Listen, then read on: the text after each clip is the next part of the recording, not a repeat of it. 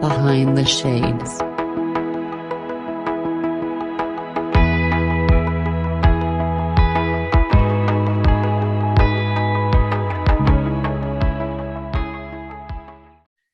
That you can pull from this, regardless of your background, your culture, wherever, you can pull from somewhere and Yeah. find hope Yes. for your darkest moments. When you are going through what you're going through, which is very traumatic, where did you draw your strength, your motivation, and your determination to lead a successful life?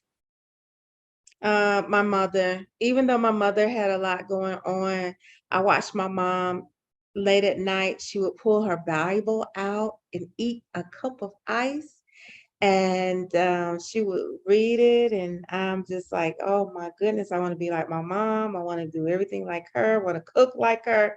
So she was inspiring to me. And also, like you said, watching Bill Cosby, I the Cosby Show. Everybody knows that when it's time for the Cosby Show to come on Thursday nights back then, you shut the house down, and here we go. We finna watch. Nobody says a word, okay? And so it was so great with that inspiration from them as well, just as you stated, just to have, that hope and like, okay, I'm going to do this. This is what I want to do, and, be successful because of the situation that I was in. I too said when I have children that I was going to be totally different. I think a lot of people have said that growing up during the times that I grew up in. I believe that that's probably what's going on with society today with our youth, that we all said we're not going to put our youth through what we went through. And we have a whole lot of youth that feel like we owe them something. Do you believe that together we can get through the trauma that we've experienced as children? Oh gosh, yes, we can. We really can. We just have to put forth the effort to support one another and not down each other or stabbing each other in the back. Well, this and well that. Stop looking for the negative and let's go together with the positive, and we can help each other build. As they say, it takes a village. That is so true. It takes a village. And I believe strongly in that we can work together and help those that have been traumatized through abuse, uh, domestic violence, teen dating violence, all of those, all those organizations that fall under those categories, we came together. I think that we would make a whole heck of a lot different. What are some of the ways that you yourself are continuing forward to not only make a difference in your own life, Mhm, because it's important for you to push yourself, because I mhm. know so many people that they can't for the life of them overcome their past. It seems to be that they're always imprisoned by it. You know that dirty suitcase that people just bring around everywhere they go? Yeah. It's like that. And what they do is once they open it up, everything comes out, from anxiety to depression to sadness to frustration. So what are some of the ways that you are carrying yourself forward in that regard? So with that being said, I did not, of course, as a child, receive counseling. Back then, it's what's in the house stays in the house. And so when it came out that I was being sexually assaulted and um, molested, I didn't have the counseling. And a lot of people said with what I went through, the horrific events that I went through throughout my life as a little girl, they were like, how did you get where you are today? And again, I have to push it back towards God, you know. It was him. It was his guidance, it was his leading, it was his direction. Um, I was not, as a little girl, I started off in church and I didn't understand a lot of things, but there was a little something that I loved about church, and that was going with my grandmother and getting out of the house, if you will, which brings me to this point. In order for someone to truly say, listen, I'm tired of carrying around this dirty bag of luggage. You need to get out of that space. And the way that you do it is 1 minute, one step, one day at a time.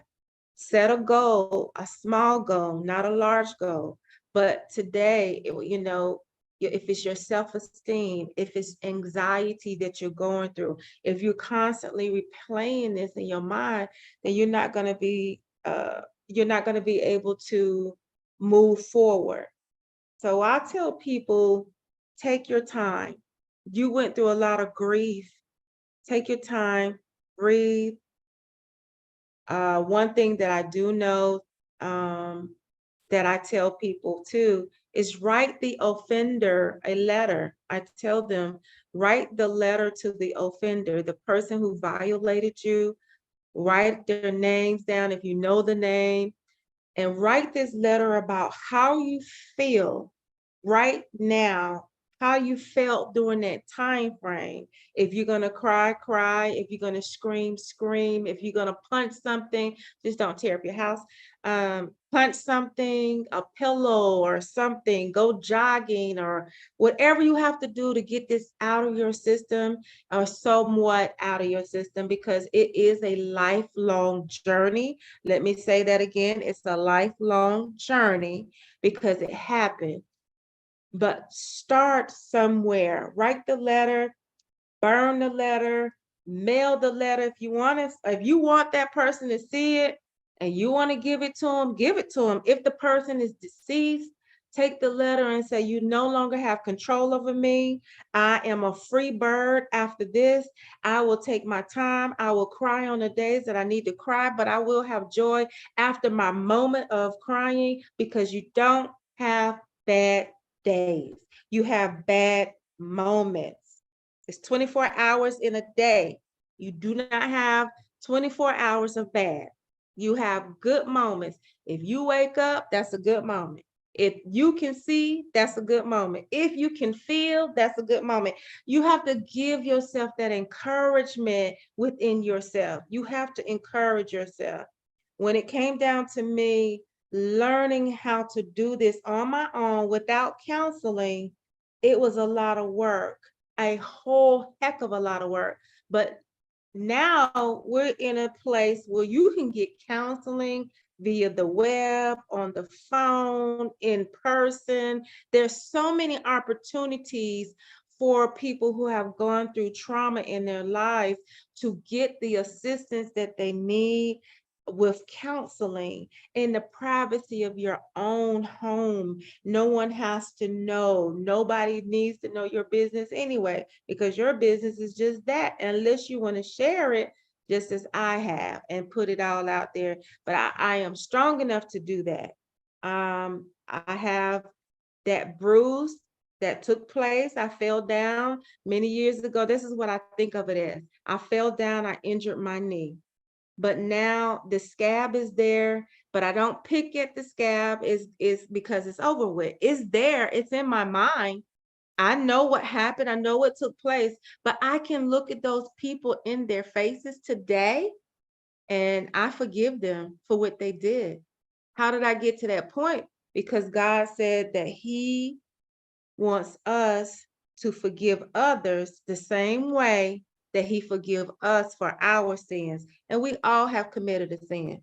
We all have, but God still gracious us with being able to live today. I don't hate them. People are like, how in the world can you? And it's because I wasn't brought up to hate, even though I went through a lot in my home.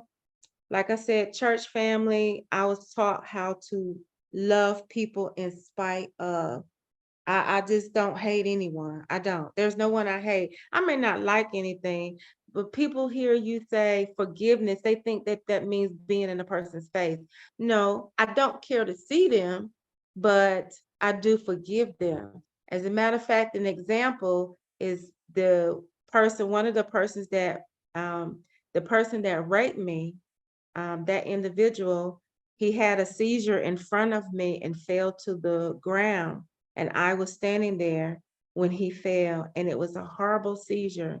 And I remember telling my grandmother that he was going to be okay because she was very upset. And I was just right there with him. That happened. And so therefore I was just like, God built me the way that I love people. I don't hate anyone. I went through domestic violence. I don't hate him. I hate what happened, but I don't hate him. I'm blessed. I am truly blessed to have what I have today and be able to talk about it without having any type of shame or anything. None of that.